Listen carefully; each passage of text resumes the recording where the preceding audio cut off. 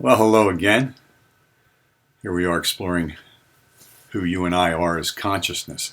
And let me just reiterate, the reason we're doing this comes out of what my life's work has been about, and that is helping people overcome their suffering, whether it's anxiety, depression, inner conflicts over what to do in their life, who to marry, all kinds of stress, basically. And so we're really looking at discovering who the deeper I, that letter I, when we say I did this, I did that, who the deeper I is. And in that place, there's great peace, there's freedom, and there's happiness. Now, interestingly, the Super Bowl, again, I've talked about synchronicity. In the Super Bowl, a couple ads came up. The first, I'm not sure what was advertised, but at the end it said, "We are one, not two." Now, it could be referring to the country. We're not divided, we're one. It could refer to whatever. That really, there's one ultimate reality, which is the teachings that we've been tapping into. And you and I are that ultimate reality as the very awareness that we are, the very consciousness that we are. That awareness, that consciousness is the substratum, the fundamental reality without which you would never have any experience. So as you're looking at me on the screen, without that consciousness that you are, that awareness, that ever-present element of every experience, that when you stop seeing me, if the seeing were who you are, or the thoughts about what you're hearing or who you are, once they vanished, the sight of me, the thoughts that you're having, then you'd vanish. But you don't. You remain. You remain as the ever-present, first knowing experience, that I, of everything that you're aware of and experience, whether it's in the waking state of life now, whether it's in the dream state of life tonight, when you're sleeping, or in the deep sleep state of life. Because really we have three basic experiences every day. We go through waking, dreaming, and deep sleep. And at night, maybe 4 or 5 times we're going from dream sleep to deep sleep to dream sleep to deep sleep and so forth. But basically 3 elemental experiences. And you are that ever-present element. Now, so in that sense, there's really only one underlying reality, and it's the very self that you are. It's the one reality encompassing everything. Because again, without that, you don't have an experience. So in that sense, instead of thinking of ourselves as these bodies which are changing all the time, and if you look at a photograph of yourself at 5 and 10 and 15 and 30s or whatever your age is, that's changing. And it's changing now in the course of a day. Food's digesting, heart's beating, respiration's happening. There's all kinds of activity, but there's this peaceful place of the deeper I from which you're observing it all. You're the witness, if you will, of all this ever-changing reality, whether it's the day and the time is changing as this talk goes on, the time changes, and the day turns into night, and night again, go through the night, and then we're back again in the morning.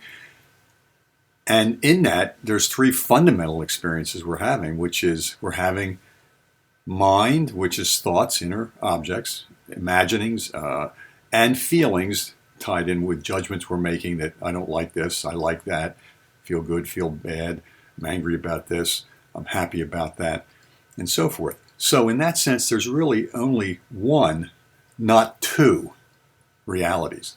It's one fundamental reality. And you are that, and I am that, from that perspective. So that the fundamental ground of your experience is being aware, is awareness. Now, we're going to come back to this again and again. So if it doesn't quite sink in, that's fine, because it's so difficult, because our mind is so oriented toward objects, to seeing things as objects. So even if I say that the essential you and me, the essential self that you and I are, is really this one underlying reality in which everything appears and disappears. So with that, there was that synchronicity of we are one, not 2. And in the ancient tradition, the one that we've been drawing from, one of them, besides A Course in Miracles, is the Advaita Vedanta. And Advaita in the ancient language with Sanskrit, the beginning ad means not, and vaita means two. So not two. And what's interesting is if there's not two, there's really just this oneness within the reality of awareness, then there's nothing to be in conflict with. There's nothing to desire. There's nothing that we can fulfill this space of awareness, because, like I've said before, the space of awareness is like the empty space of this room. There's all kinds of objects in this room, the computer, the table, the desk, the sofa, so forth, and yet that really doesn't affect the space of the room. Now, we could take a sample of the space of the room now, take it again 10 years from now, go back in time, take it 100 years ago. The same space is there. So you get a sense of a place of peace within us that deeper I is. So the second thing that came up from the Super Bowl was an ad for Michelob, and it said something like, something regarding, are we happy because we win, or did we win because we're happy? Which is really a fascinating point, that this condition of who we are as awareness, as opposed to this mind with judgments and thoughts and feelings, and the body with its aches and pains and pleasures and so forth, and the world that we see, hear, touch, taste, and smell, that we perceive as seemingly out there, but we're only kind of locked into what we can perceive through this vehicle, through the sensory system that we have. So, in the sense that there's nothing in awareness other than awareness, that which could fulfill it, since it's one and not two, that means there's nothing in it other than itself to fear or to desire. And so when you think about it, and this is what I found as an athlete too, when I felt happy, like I'm at the foul, playing basketball, I'm at the foul line, I've got to make this foul shot, and I could be all uptight, I don't want to miss this shot, I got to make this shot. Stop the inner dialogue, breathing in, my feeling anxious is telling me I'd hate to miss the shot, and that's because I would love, and then picture just making the shot, and feeling the good feelings, feeling the happy feelings of making the shot before you make the shot. And for the best kind of performance, it's true that what the commercial said, we won because we're happy, we felt good first, we imagined it first, and then we accomplished it. Now, you could win just by striving and struggling and being tense throughout the game too, but it's not as effective as really imagining the positive outcome in advance, and then your body does all the things to achieve that outcome. So I call it the feel good first phenomenon. Feeling good before I shoot the shot, and again I can feel good and be grateful that I made the shot. So that's interesting. When you pay attention, if you look, you'll be led. If you look, you'll be led. That's what I learned from the shamans. Help is everywhere when you learn to look. And so, as my Jungian analyst, Dr. David Hart, who studied with Carl Jung himself in Switzerland, back after Jung had left Freud, used to say, we get our messages from the damnedest places. And here it is, a spiritual message coming through in a Super Bowl commercial. So I just want you to be tuned in to those things that can happen like that. Now, when we're talking about all this, remember, we're using words to try to point to something that is like an eternal subject that's not an object. So when we use a word like, my true self is this spirit, that in which all this appears, or this consciousness or awareness, that in which all this appears and disappears, comes and goes, all this seeming variety of experience, from the mind experience of thoughts and feelings, and the body's experience of aches and pains and pleasures, and the world in terms of what we see, hear, touch, taste, and smell, is all endless changing, booming, buzzing, at times confusion of objects, inner and outer. But we are that stable, enduring, unchanging light of consciousness. But to even say that is to make it an object, light of consciousness. We're looking for lights.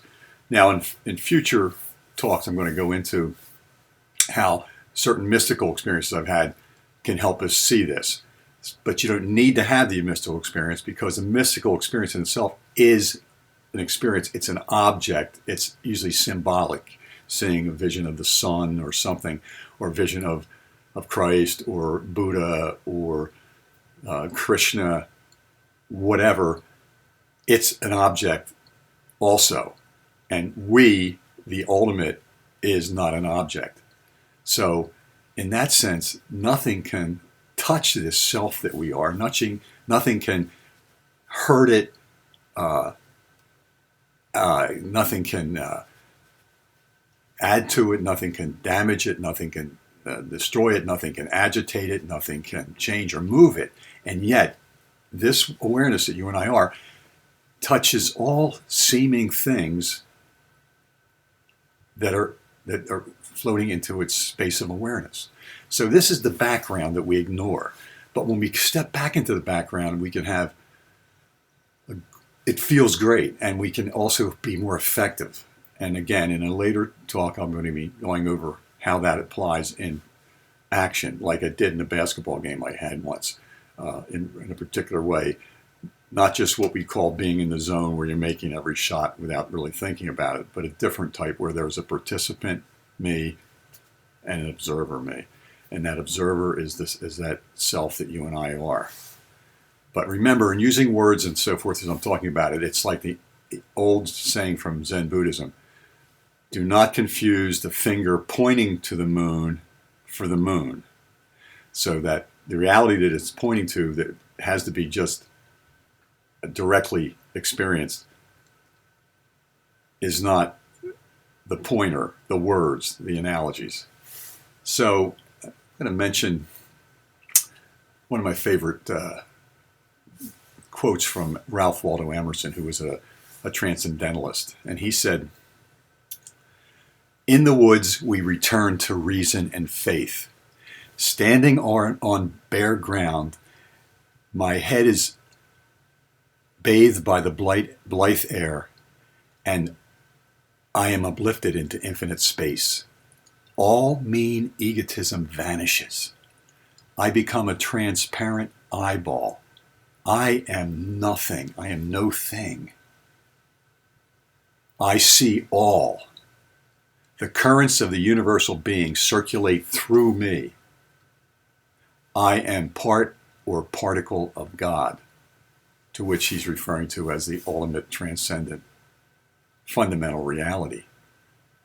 So the transparent eyeball. So last week we talked about, and a few other weeks I've talked about how I've experienced the energy of deceased loved ones coming, and they have a sense of identity of that being that person, although not in physical form. Now, there are those type of experiences, or out-of-body experiences, where we go out of the body, as I've talked about, like that one in Brazil where I see my body and physical body lying on the bed, but I have sort of a kind of a light body of light, like a greenish light. Other people will report having been out of their body and having some type of form as they look back at their physical form. But as we saw with Anita Moorjani, and I'll give you a link for her experience. Her book is Dying to Be Me. She was just consciousness, what she called my infinite magnificent self, which didn't have a location. Like the transparent eyeball of Emerson, it's not a form. So the eyeball doesn't have a form. It's just a kind of if you want, a point in consciousness or consciousness itself. And so those different kind of experiences where you're still identified partly with a physical you, but you're in a maybe a duplicate form, but you're spiritual, not material. So for our purposes, we're looking to get to that place that Anita Moorjani got to where we're really able to, without having to die or go through a near-death experience, but in our everyday, ordinary experience, through reasoning and examination, to see that we are this vast consciousness, so that as I sit here now and I look at you and I see my body and I can witness my thoughts and my feelings, and you can do the same. And as we do that, we notice that the sensation in my knee and the thought of talking to you and the act of talking to you and the tree outside my window and seeing the paintings on the wall are all taking place in the same fundamental awareness. We tend to think of it as thoughts are happening in my head, sensations in my knee, I see the tree out there. But the reality of it is that it's all taking place in one fundamental background, which you and I are. There's no boundary line between the sensation you may have in your knee and the sight of me on your computer screen and the sight of paintings on your walls or the tree outside or the moon later when night turns, day turns to night. So in that regard, you and I are that which sees directly without the use of the physical eyes, because people were seeing and reported seeing things that they could not have seen if they ordinarily, if they were looking through their physical eyes, because they're lying on an operating table, or in Anita Moorjani's case, she's lying in bed in a coma and she's not responding to anything. And people, don't realize that she's very much aware. She can hear the conversation 40 feet away down the hall, the doctor talking to a loved one. And then she's encompassing this vastness. That's why she said it was my infinite, magnificent self. And you and I have that as well. And all these talks are to get us in touch with that. And when we get to that place, we feel lasting peace, happiness, and freedom. And in every experience, that freedom, that peace, and lack of agitation, that happiness in the sense of a lack of lack and a lack of resistance to fighting anything. There's no seeking for something else. There's no fighting or fearing something else. There's just awareness. Settling in and resting in that place so that through the day you can practice being aware of what you're not, because everything that you see and hear and touch and taste and smell and think about, all these objects are not you, but they point back to that you, that in which all of this is taking place. All of this is being experienced and appearing and disappearing. And there's great peace in that place when you at that transcendental place. And so, in the words of Emerson, we become a transparent eyeball. I am no thing, nothing. I can't be seen, touched, heard, or anything, because I am that which sees and hears and touches and tastes and smells and thinks and so forth through this physical vehicle or without it. So remember again the other thing with Dr. Kenneth Ring at UConn, who did all this research on near-death experiences and the personality changes people had as a result of them, and even Dr. Ritchie's experience.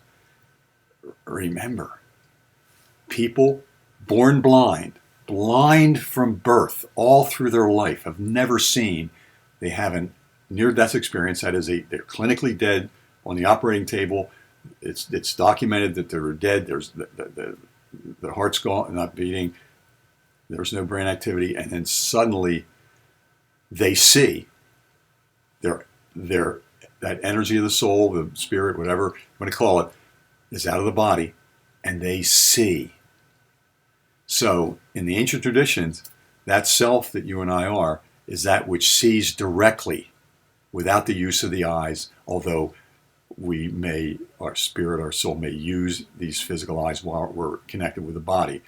But it can see without that, which is something that's been fascinating for me with my challenging eyesight, the challenge of my glaucoma.